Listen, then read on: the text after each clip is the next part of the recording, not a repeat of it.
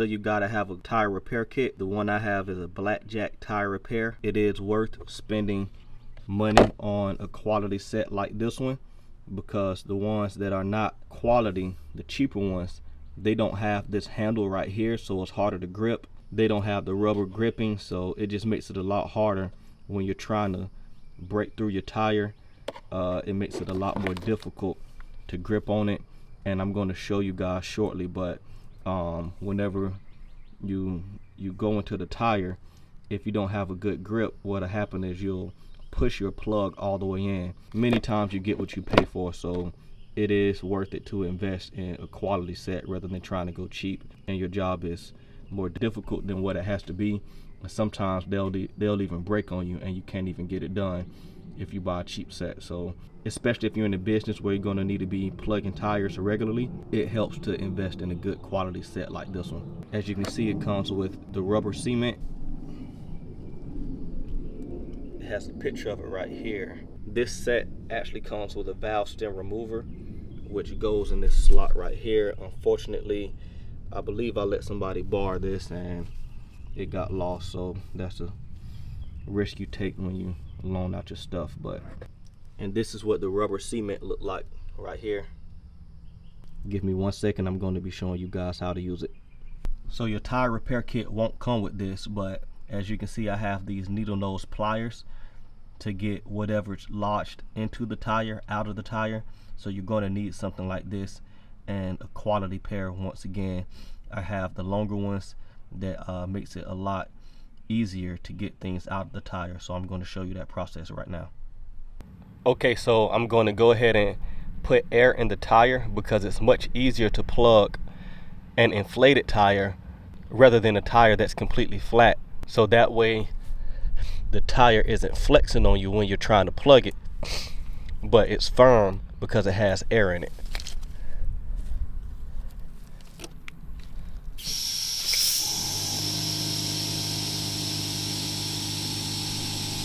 It doesn't have to be completely aired up, but you just want to make sure there's enough air in it to make that tire firm, so it doesn't have a lot of play when you're trying to put the plug in.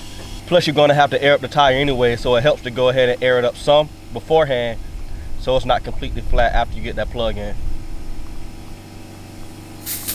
Alright, so I got some air in the tire. I'm going to move the camera so I can show you how to plug it.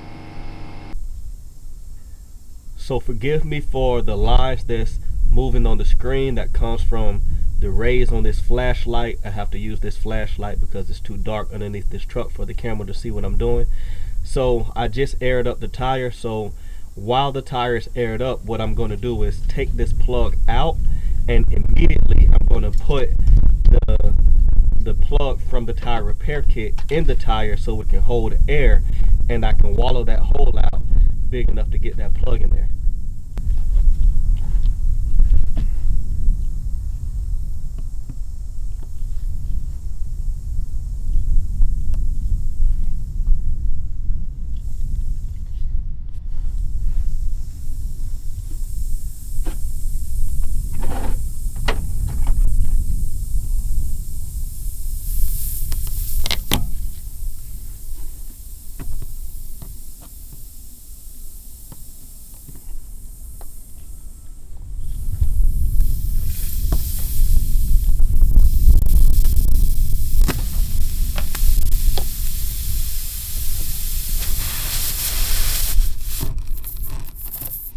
Alright, so I have the plug in there now, and as you can hear, it's holding that air.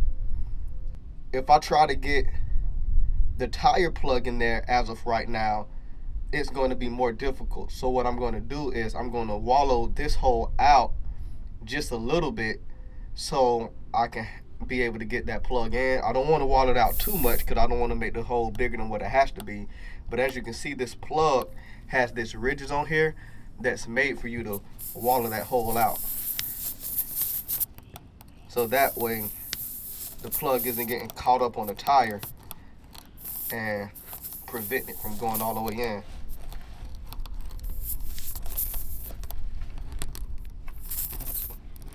So you see how I just keep going in and out with it like that just to help that plug to go in a little bit smoother. So hopefully that's enough. So I'm going to hold that right there, and then I'm going to put this plug in. This plug right here. Take this plug, you put inside the plug tool. I know I'm probably not using the proper name, but what I do know is that I'm doing it right. So put it inside there like that. You pull it till it's about halfway like that. And a lot of it is not strength, you got to finesse it. So you don't want to pull too hard and pull the plug all the way through.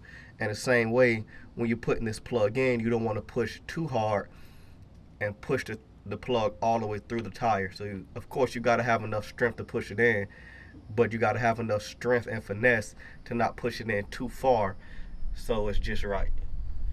So next, I'm going to use this rubber cement that's right here. That rubber cement, get me some of that. It's hot outside, so it's already a little bit melted, which is fine. So you just put you a little bit like that.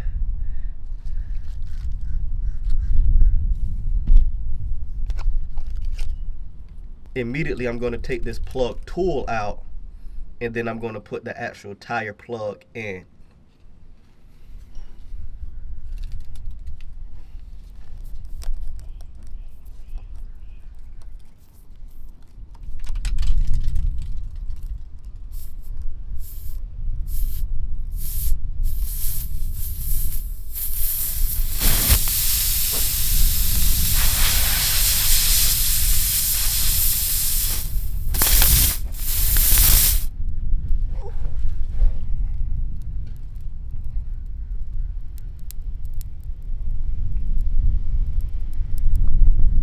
So that rubber cement does two things. As you can see, it lubricates it, so it helps it slide in easier.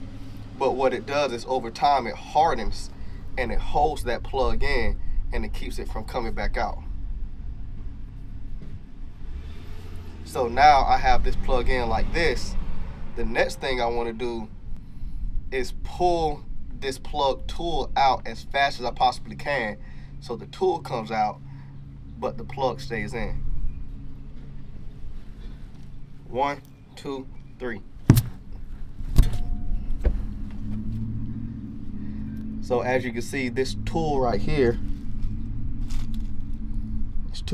has an opening. So when you put the plug through the hole, whenever you pull the tool out, it opens up right here. So that way the plug stays in the tire and the tool comes out. So next, what you want to do is cut the access off of this plug to make sure when you're driving, it's not getting caught on anything and pulling out. So like I said, I let somebody borrow my kit, so I don't have the razor that comes with the kit, so I'm just going to use a pair of kitchen scissors, which you just cut that access off like that.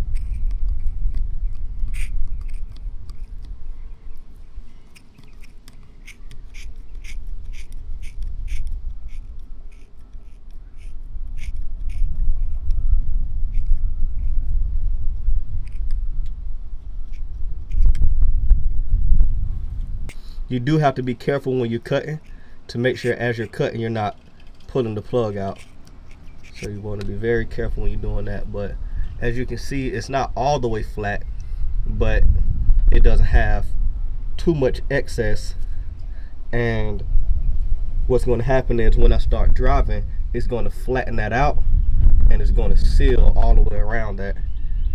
Last but not least, I want to go ahead and finish airing up the tire to the proper PSI, and then we'll be done.